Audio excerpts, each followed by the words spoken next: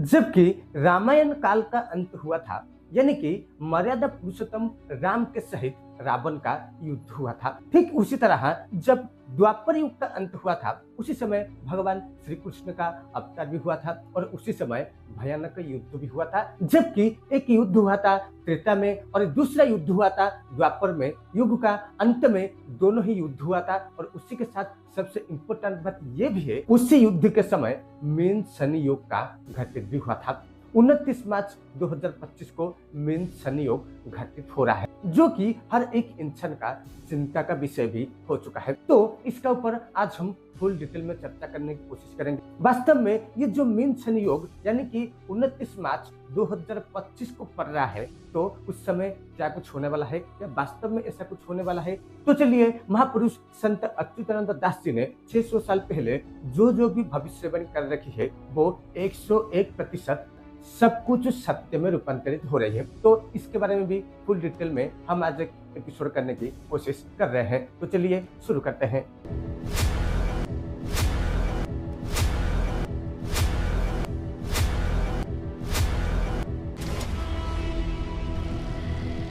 नमस्कार, जय जगन्नाथ। वीरेंद्र नायक जगन्नाथ धाम पुरी यानी कि उड़ीसा से भविष्य मालिका का एक स्पेशल एपिसोड लेकर आपके सामने उपस्थित हो रहा हूँ। भविष्य मालिका जो कि हमारा नेटिव लैंग्वेज यानी कि ओडिया लैंग्वेज में वर्णन किया गया है, जिसको मैं अच्छी तरह समझ के आपको समझा भी सकता हूँ। इसीलिए मैं आपको बोल रही हूँ, चैनल को सब्सक्राइब कर लीजिए।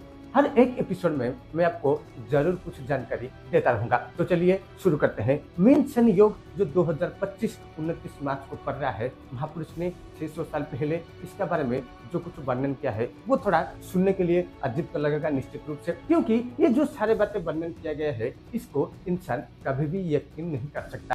लेकिन जो भी कुछ घटनाक्रम घटित हो रही है, वो उसी किताब के यानी उसी ग्रंथ के मुताबिक ही घटित हो रही है, जिसको हम तो समझ सकते हैं। आप यकीन करते हैं या नहीं करते हैं, वो तो आपका ऊपर डिपेंड करता है। तो चलिए, महापुरुष क्या कुछ वर्णन करते हैं, पहले मैं उसको उड़िया में पढ़कर सुनाऊंगा, जो कि पद्य के आकार से वर्णित किया गया है। उसके बाद मैं उसको हिंदी में समझाने की भी कोशिश करूंगा। महापुरुष इधर वर्णन कर रहे हैं कि 24 ଠାବରୁ 29 ଯାଏଁ ପ୍ରମାଦ ଅଛି ଅପାର, 29 ଅଙ୍କେ ଟି ହୋ ଗରୁଡ଼ ମହାକଳ୍କି ଅବତାର, ତାହି ଟମାଳିଆ ଯେତେ ତୋପ ମୁହେଁ ପଡ଼ି ଯିବେ ସମସ୍ତେ ଯେ, ଠାବ ଦେଇ भक्त मानव को रखी 16 जाए थाकी थाओ जे। उसके बाद महापुरुष ये भी वर्णन करते हैं कि डाकिनी जोगिनी ग्रासीबे नर अंगरे जही, वृद्ध बालक सम सरी हेबे काम ज्वालारे मही, अकाल काल होइब घोर कलिकाल भय न रहिब, रामचंद्र रे आषाढ़े भूमि फाटिब।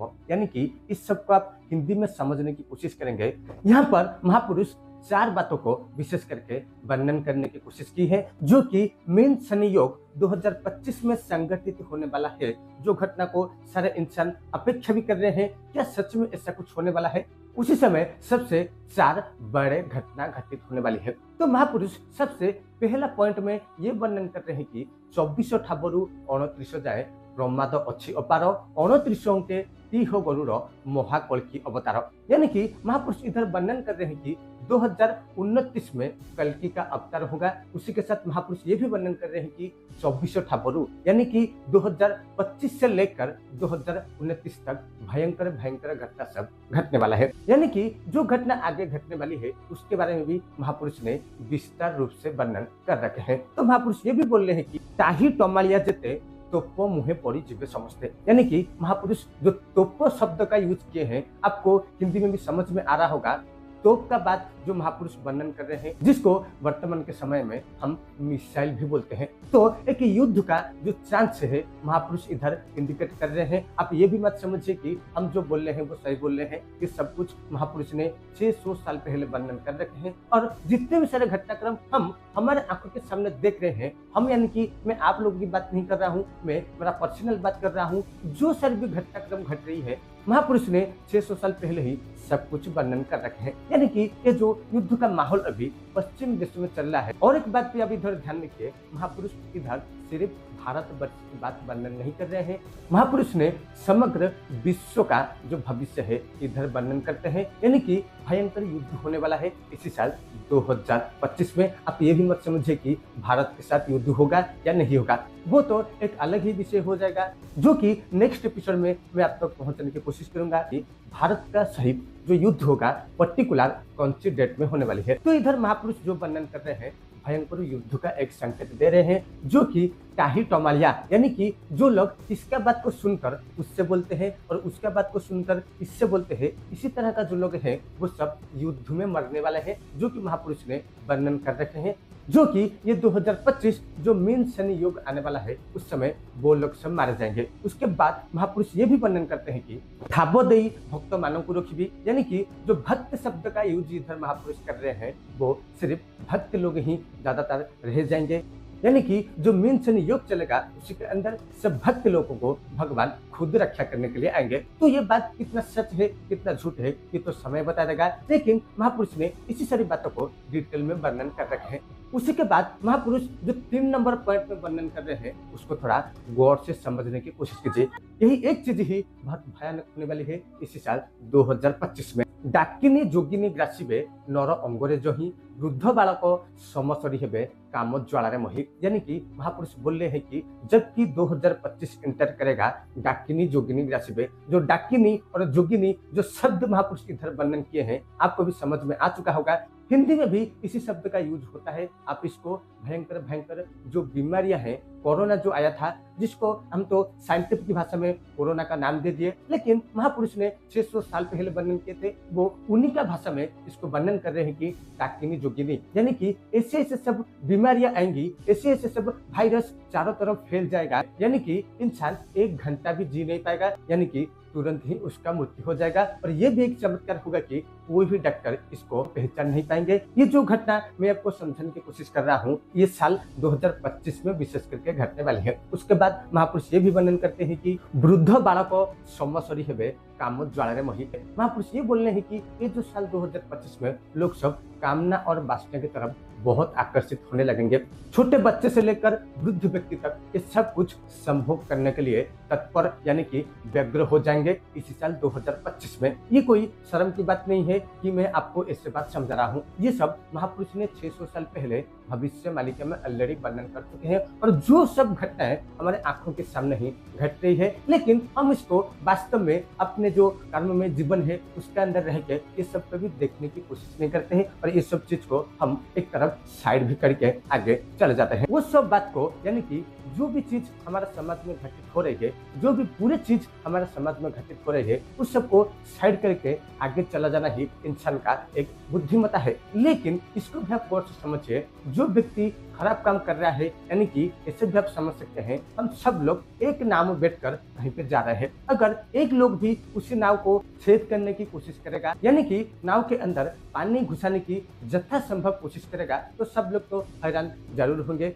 इसीलिए महापुरुष बोल रहे हैं कि ये सब जो घटना घटेगी ये सब बिल्कुल अच्छा नहीं है, प्रकृति के लिए अच्छा नहीं है, पूरा इंसान समाज के लिए भी अच्छा नहीं है। तो उसी के बाद महापुरुष ये भी वर्णन करते हैं कि अकाल काल होइब घोर परिकाल थय न रहिब आषाढ़ कहीं फुटिब। यानी कि जो आषाढ़ का महीना है जिस महीने में सबसे भयंकर बारिश होता है वो बारिश बिल्कुल भी होने वाला नहीं है।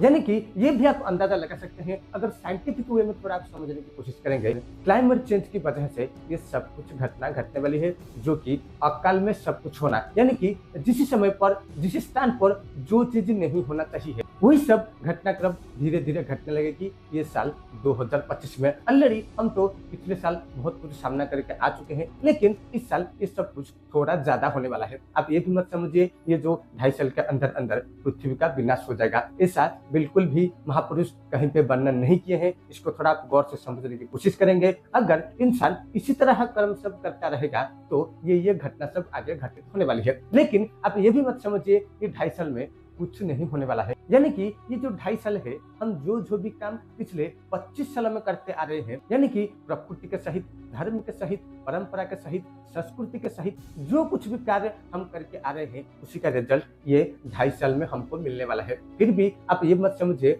सब कुछ विनाश हो जाएगा। ऐसा बिल्कुल भी महापुरुष इधर वर्णन नहीं किए हैं।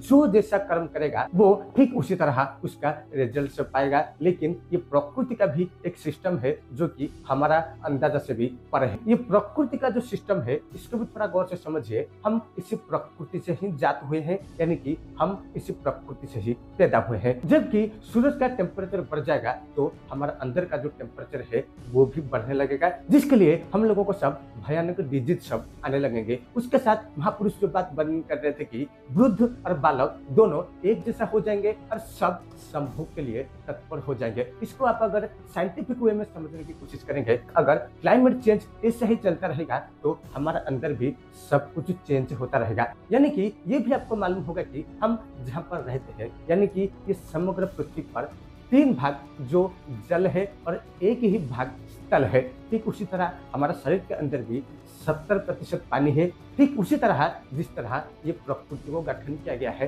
ठीक उसी तरह जिस तरह ये प्रकृति भी बैलेंस होकर चलती है, हमारा शरीर भी उसके साथ बैलेंस होकर चलता है। अगर प्रकृति का बैलेंस बिगड़ने लगेगा तो इंसान के अंदर जो भी सारे सिस्टम काम कर रहे हैं वो सब काम करना बंद कर देंगे, यानी कि जो भी काम करेंगे सब गलत काम ही करने लगेंगे। और यही सब बात को ही महापुरुष ने 600 साल पहले भविष्य मालिका का नामक जो ग्रंथ है उसमें रचना की है। ये भी आप मत समझिए कि कुछ भी नहीं होगा, और ये भी आप मत समझिए कि कुछ बहुत बड़ा होने वाला है। जो भी होगा सिंपली हम जो भी चीज देख रहे हैं उसी तरह चलता रहेगा, लेकिन ज्यादा लोग मरेंगे इस साल। इसी बात को महापुरुष ने भी वर्णन किए हैं, क्योंकि क्लाइमेट चेंज हो रहा है, हमारा शरीर के ऊपर भी असर पड़ रहा है, नए नए वायरस भी आ रहे हैं। जबकि क्लाइमेट चेंज हो रहा है जिसके लिए हमारे अंदर जो इम्यून सिस्टम है वो बिल्कुल डाउन होते जा रहा है, जिसके लिए हमको बहुत जल्दी कौन सी बीमारियां अटैक कर सकते हैं इसी साल 2025, यानी कि ये 2.5 साल के अंदर अंदर। आशा करता हूँ वीडियो पूरा देख रहे होंगे, समझ में आ चुका होगा कि इसी 2.5 साल के अंदर अंदर